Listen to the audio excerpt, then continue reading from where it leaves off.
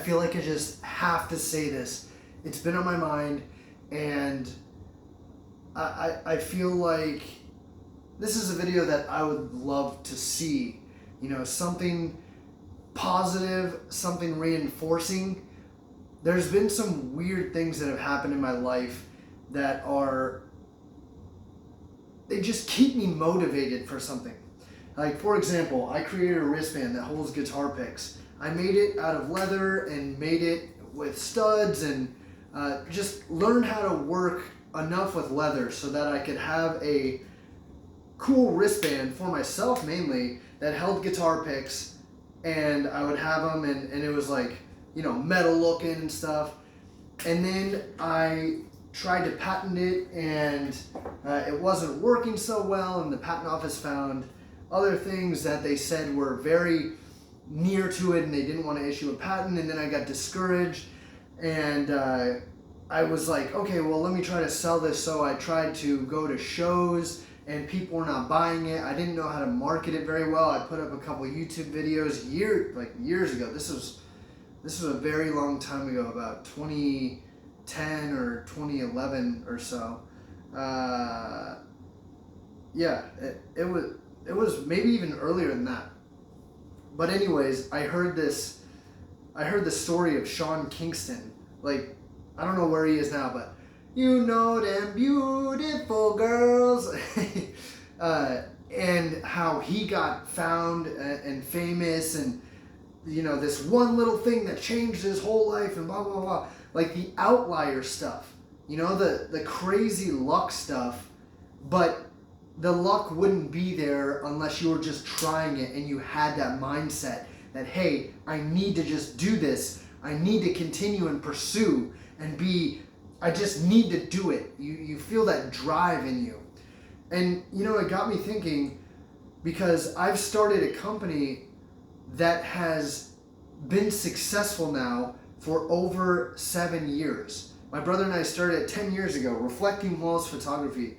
And I was just doing real estate photos for my mom and a couple people in her office while going to college for something totally unrelated, but I just loved photography. And then my brother started doing it, and then we just started blowing up because we loved what we did. We provided excellent customer support, customer service, an excellent quality product and service. And, you look at the failure rates of businesses.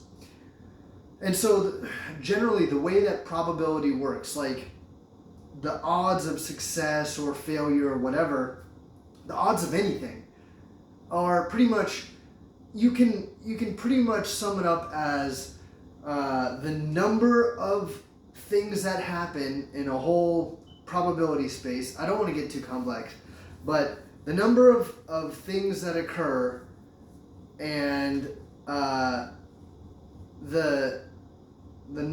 total number of things that occur under the number of possible ways that it could occur. Does that make sense? No, because I probably said it wrong. But basically, like, out of a total of 100 businesses that have happened, 90 business, like total, like, let's say in any given year, out of 100 businesses that are created that form an LLC that can be tracked or something, 90 of those businesses, according to a statistic that I read, will go out of business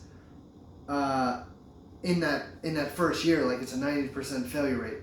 But thinking about it, no matter what it is, 50%, it's pretty high. And by like the 5th year, I think by the 5th or 6th year, 90% have gone out of business or something.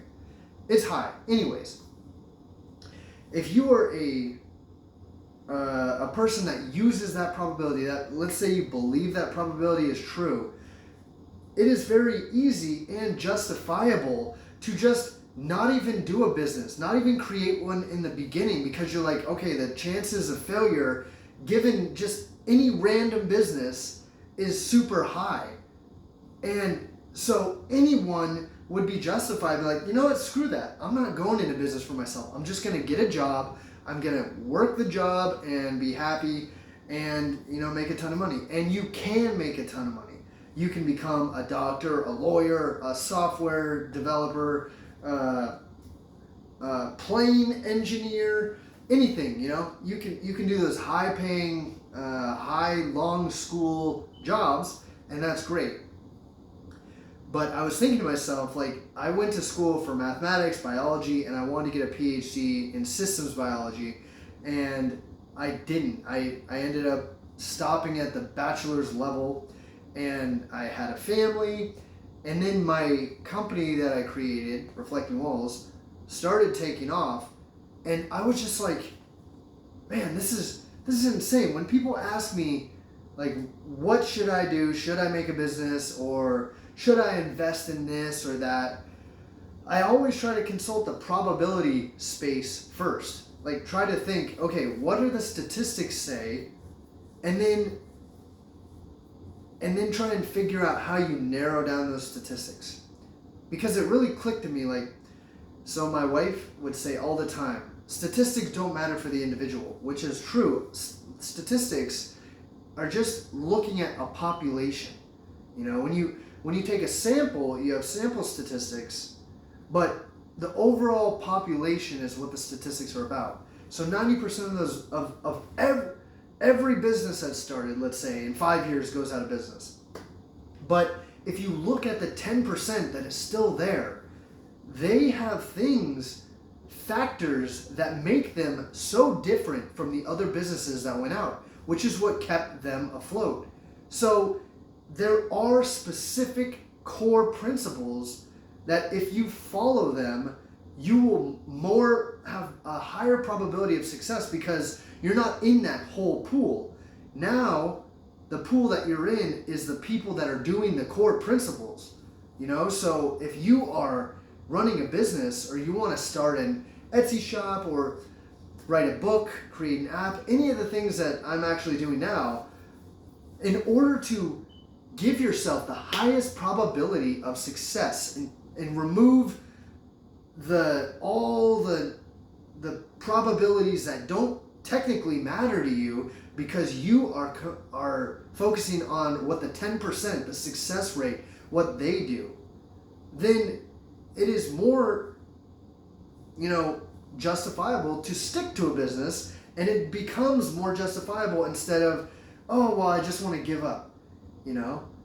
So if you can figure out the core principles of a business and you have a passion for it, then you should just do it.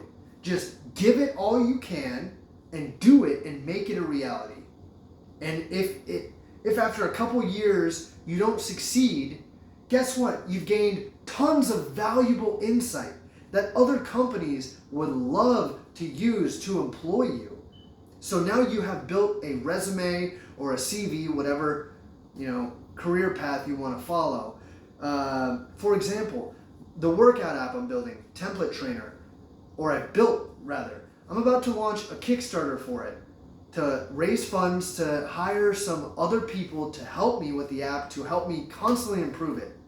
But I now have a portfolio of a full MERN stack application, which you don't need to know what that is, but if I want to go get a programming job, I have a full application I have developed from the ground up. I now understand programming and writing algorithms, creating especially React-based code, and that's a very valuable thing. If my app fails, I still use it every day to work out. So I don't care. The pressure is gone to like, oh, I just got to make it for the money. I just got to do it.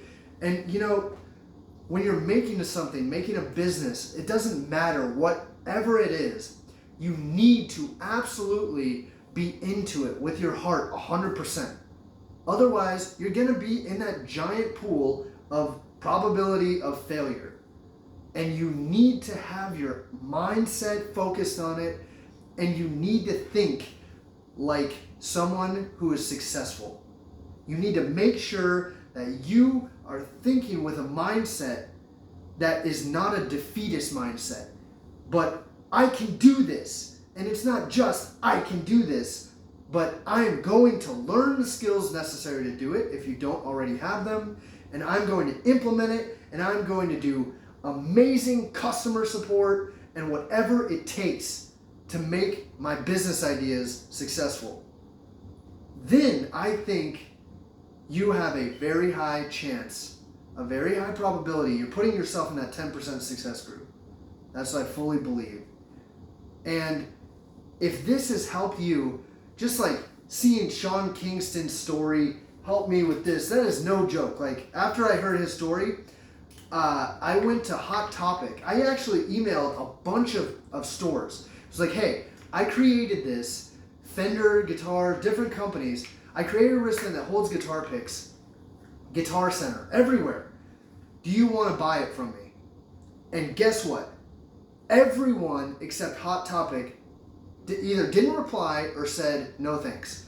But that Sean Kingston story was so motivating to me I was just like, man, he kept trying, I can do it. And then Hot Topic worked out a deal where they bought the rights to make this, and they just paid me a check every time one sold. So they would buy huge lots of them and then sell out and then buy more. And it eventually went out of style because no one wears this kind of stuff. But it was something that I made and just really thought was awesome, and just kept pursuing the marketing of it to big audiences. Even though I went to shows, no one wanted to buy it. I went to different venues that were not like rock shows and stuff, different conventions. No one wanted to buy it, but Hot Topic ended up buying it. And that's why don't give up. Just keep doing it. If you're passionate about it, if there's a market for it, keep doing it, and you will earn, like I said, valuable skills and life lessons, if nothing else. And that can help you in future careers. I'm Jordan, Black Shirt Dude. Hope you have a great day. Subscribe if you want to hear me ramble about stuff more. Bye.